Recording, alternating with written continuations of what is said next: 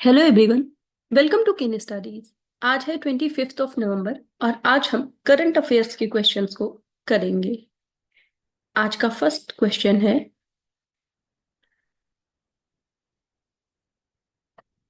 What is the rank of India in the climate change performance index 2025। यहाँ पर आपसे जलवायु परिवर्तन प्रदर्शन सूचकांक के बारे में पूछा जा रहा है कि भारत की रैंक क्या है। आपके ऑप्शंस हैं 6th, 7th, 9th या फिर 10th।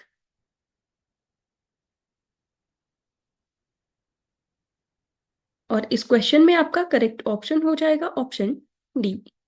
सो सीसीपीआई 2025 में भारत की रैंक है 10th।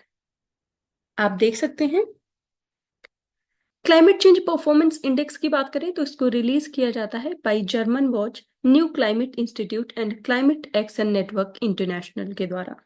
और ये एक एनुअल रिपोर्ट है जो कि पहली बार पब्लिश की गई थी 2005 में। So the three spots were left empty. पहले जो तीन प्लेसेस होते हैं, रैंक होती है, उस पे कोई भी कंट्री नहीं है। With Denmark ranking 4th and India secured the 10th position. 4th place पर हम देखें तो डेनमार्क है और भारत की जो रैंक है वो है 10th। And this report covers 63 countries and the European union focusing on the world's largest emitters. So CCPI की बात करें तो it evaluates progress on global green house gas emissions, renewable energy, energy use and climate change. So ये जो performance matrix हैं चार, इनमें अगर हम इनके वेटेज की बात करें तो ग्रीन हाउस गैस इमिशन का जो वेटेज है वो है 40%, renewable energy 20%, then energy use 20% and climate policy 20%। इसके साथ ही जो 63 कंट्री और यूरोपीय यूनियन इसमें शामिल किए जाते हैं उनकी बात करें तो ये कलेक्टिवली अकाउंट करते हैं for over 90% of the global green house gas emission. और आपने देखा कि इसमें प्रथम तीन प्लेस पर कोई भी देश नहीं है। डेनमार्क 4th पर है, 5th Netherlands, then 6th United kingdom और भारत 10th पर है। लास्ट प्लेस है इस इंडेक्स में ईरान का। इसके साथ ही आप ध्यान रखेंगे अर्जेंटीना काफी चर्चा में रहा है। इस इंडेक्स में अर्जेंटीना की जो रैंक है वो है 59th। और ऐसी संभावना है कि पेरिस समझौते से कुछ ही समय में अर्जेंटीना बाहर हो जाएगा। बढ़ते हैं नेक्स्ट क्वेश्चन की ओर। What is the primary objective of the vision portal recently launched by government? यहाँ पर आपसे पूछा जा रहा है कि सरकार के द्वारा हाल ही में लॉन्च किया गया जो विजन पोर्टल है उसका प्राथमिक उद्देश्य क्या है। आपके ऑप्शंस हैं to empower underprivileged youth through education, skill development and sustainable livelihood. Second, to establish new startups. Third, to provide scholarships for engineering students या फिर to promote research in higher education. यहाँ पर आपसे vision portal के उद्देश्य के बारे में पूछा जा रहा है और इस क्वेश्चन में आपका करेक्ट ऑप्शन हो जाएगा option A. So vision portal का जो उद्देश्य है वो ये है कि भारत में जो वंचित बच्चे हैं उनके बीच शिक्षा, कौशल विकास और नवाचार को बढ़ावा दिया जाना। आप देख सकते हैं, सो union minister of state ministry of science and technology doctor Jitendra Singh inaugurated the vision, जिसका फुल फॉर्म है विकसित Bharat initiative for student innovation and outreach network portal in new Delhi on 21 नवंबर। और आपने देखा कि ये जो पोर्टल है इसका उद्देश्य है to empower underprivileged youth through education, skill development and sustainable livelihood. So India has the third largest startup ecosystem, growing from 350 startups in 2014 to 1.67 lakh in 2024। तो स्टार्टअप्स की बात करें तो इसमें काफी ज्यादा इंक्रीमेंट देखा गया है। इसके साथ ही स्टार्टअप इंडिया प्रोग्राम की बात करें तो इसको लॉन्च किया गया था 2016 में to nurture innovation and support startups, particularly for disadvantaged groups like SC, STs and women। So the Vision portal was developed by the Utsav Foundation, a Gurugram-based non-profit organization focusing on youth empowerment and skill development. So vision portal के बारे में और बात करें तो इससे एक सबसे बड़ा फायदा ये होगा कि जो डिजिटल डिवाइड है वो काफी हद तक कम करने में ये सहयोगी होगा और जो यूथ हैं उनमें स्किल डेवलपमेंट को इससे बढ़ावा दिया जाएगा। बढ़ते हैं नेक्स्ट क्वेश्चन की ओर। Which state is the host of Khelo India youth games 2025? यहाँ पर आपसे पूछा जा रहा है खेलो इंडिया यूथ गेम्स 2025 का मेजबान राज्य कौन सा होगा। आपके ऑप्शंस हैं उत्तर प्रदेश, महाराष्ट्र, बिहार या फिर Gujarat.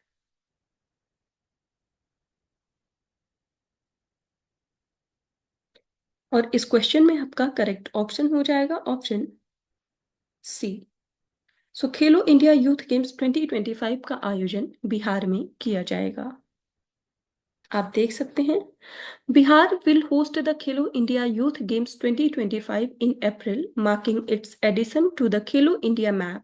And for the first time, Bihar will also host the Khelo India Para Games following the Youth Games with a 10 to 15-day gap.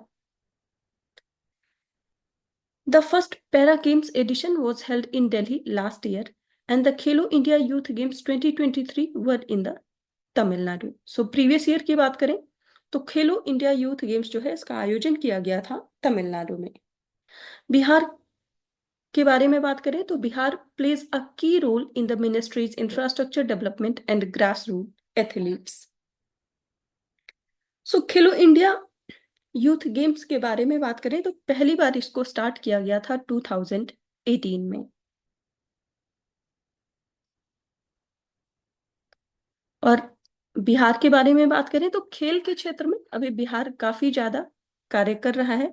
जैसे कि बिहार में हम देखें तो वहां पर खेल विश्वविद्यालय और खेल अकादमी इनका निर्माण किया जा रहा है नालंदा जिले के राजगीर में। इसके साथ ही जो बिहार है वो भारत का छठा ऐसा राज्य बन जाएगा जहां पर खेल विश्वविद्यालय होगा। इससे पहले जो राज्य हैं वो है गुजरात, पंजाब, असम, तमिलनाडु और राजस्थान। इसके साथ ही बिहार में खेल को और प्रोत्साहन देने के लिए वहां पर बहुत सारी स्कीम्स चलाई जा रही हैं और बिहार से संबंधित जो भी खिलाड़ी होंगे चाहे वो ओलंपिक्स में, कॉमनवेल्थ गेम्स में या एशियन गेम्स में अगर पार्टिसिपेट करते हैं और वो मेडल्स जीतते हैं तो बिहार सरकार की तरफ से उन्हें आर्थिक रूप से सम्मानित किया जाएगा। बढ़ते हैं नेक्स्ट क्वेश्चन की ओर। Consider the following statements regarding Bima Sugam portal. यहाँ पर बीमा सुगम पोर्टल से संबंधित कथन दिए गए हैं जिन पर आपको विचार करना है। फर्स्ट स्टेटमेंट है Bima Sugam is like an e-commerce platform where insurance companies can sell their products. And second, it will act as a single interface for customers, intermediaries and agents. और यहाँ पर आपसे करेक्ट स्टेटमेंट पूछा जा रहा है। आपको बताना है सुगम पोर्टल से संबंधित यहाँ पर कौन से स्टेटमेंट्स करेक्ट हैं।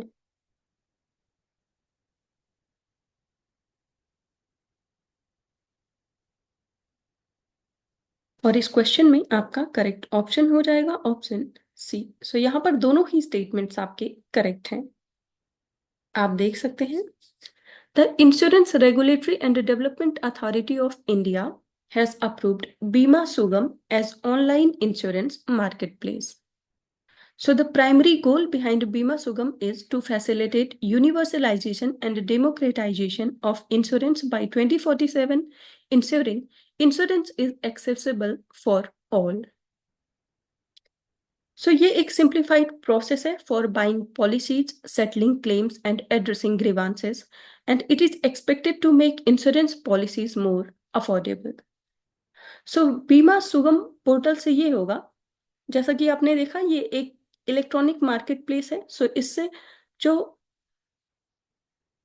बीमा कंपनियों को जो वास्तविक समय में डाटा है वो मिलने में काफी मदद होगी और जो पॉलिसी धारक हैं उनको जानकारी मिलने में आसानी होगी।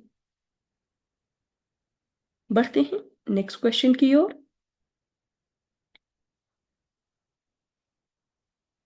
Which country, along with India, signed an MOU to promote the use of local currencies in cross-border transaction in November 2024?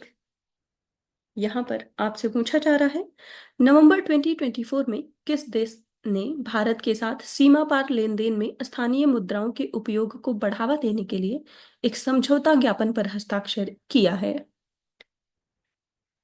आपके ऑप्शंस हैं बांग्लादेश, मालदीव, श्रीलंका या फिर Nepal.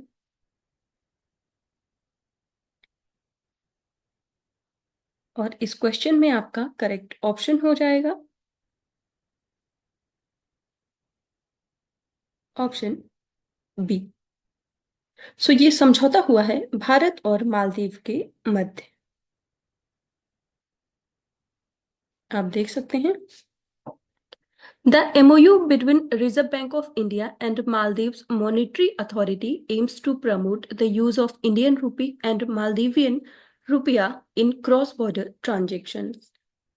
So the agreement will allow transactions in both INR and MVR for current account, capital account, and other economic or financial transaction between the two nations.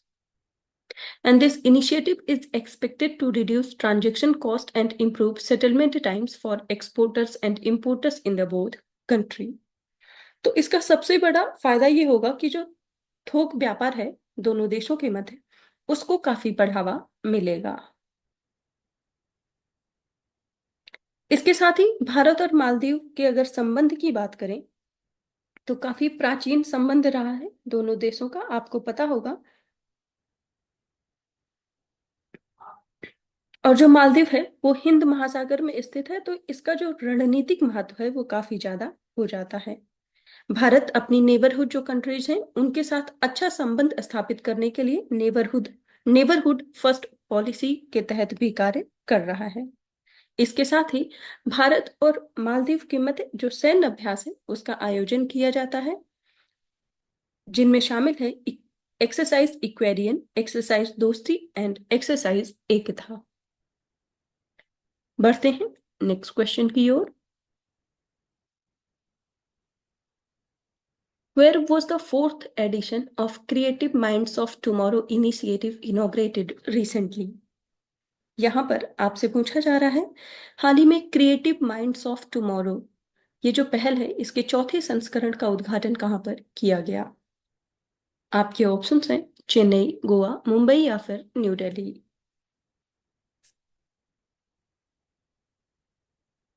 और इस question में आपका correct option हो जाएगा ऑप्शन बी। सो इसका आयोजन किया गया है गोवा में। आप देख सकते हैं, The fourth edition of Creative Minds of Tomorrow was inaugurated at the 55th International Film Festival of India in Goa. So creative minds of tomorrow की बात करें तो ये एक फ्लैगशिप इनिशिएटिव है by the ministry of information and broadcasting under आजादी का Amrit Mahotsav. And it aims to identify, nurture, and promote young filmmakers, fostering collaboration, skill building, and mentorship, recognized as India's largest fully supported platform for emerging media talent. So the 2024 edition runs from November 20th to 28th with support from Netflix and Pearl Academy. And CMO2 envisions a thriving future for Indian cinema on the global stage. तो आप ध्यान रखेंगे कि creative minds of tomorrow ये जो initiative है ये initiative है ministry of information and broadcasting का, और इसको पहली बार लॉन्च किया गया था 2021 में to celebrate the 75th anniversary of India's independence. बढ़ते हैं नेक्स्ट क्वेश्चन की ओर। With which country has ISRO collaborated for the Gaganyaan mission's crew and module recovery? यहाँ पर आपसे पूछा जा रहा है, इसरो ने गगनयान मिशन के चालक दल और मॉड्यूल रिकवरी के लिए किस देश के साथ सहयोग किया है? आपके ऑप्शंस हैं रशिया, ऑस्ट्रेलिया, यूनाइटेड स्टेट्स या फिर जापान। और इस क्वेश्चन में आपका करेक्ट ऑप्शन हो जाएगा ऑप्शन बी। सो ये समझौता हुआ है इसरो और ऑस्ट्रेलियन स्पेस एजेंसी के मध्य। आप देख सकते हैं ISRO has signed an agreement with the Australian Space Agency to enhance cooperation on India's Gaganyaan mission. And the agreement focuses on crew and module recovery, specifically providing support for search and rescue operations in Australian waters. So, Australia's expertise in search and rescue operations will play a vital role in the successful execution of the Gaganyaan mission. Gaganyaan mission ये भारत की परियोजना है जिसके तहत 3 सदस्यों का जो चालक दल होगा उसको 400 किलोमीटर की ऊंचाई तक भेजा जाएगा और फिर सुरक्षित उन्हें धरती पर वापस लाया जाएगा। इससे ये होगा कि जो मानव अंतरिक्ष उड़ान है उसको संचालित करने में जो हमारी स्वदेशी क्षमता है उसका प्रदर्शन किया जाएगा। एक तो इसका उद्देश्य ये है और दूसरा ये है कि जो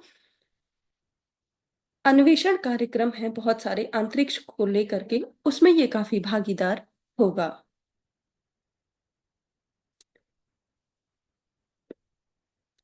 गगनयान मिशन की बात करें तो इसमें जो मानव युक्त मिशन है इससे पहले अनमैन्ड जो मिशन है उनका परीक्षण पहले किया जाएगा, जिसमें आपने सुना होगा व्योम मित्रा के बारे में जो कि एक महिला रोबोट है। और जो गगनयान मानव अंतरिक्ष उड़ान मिशन है उससे पहले मानव रहित परीक्षण मिशन के तहत व्योम मित्रा को अंतरिक्ष में भेजा जाएगा। आज के करंट अफेयर सेशन में इतना ही। Thank you for watching. Do like, share and subscribe.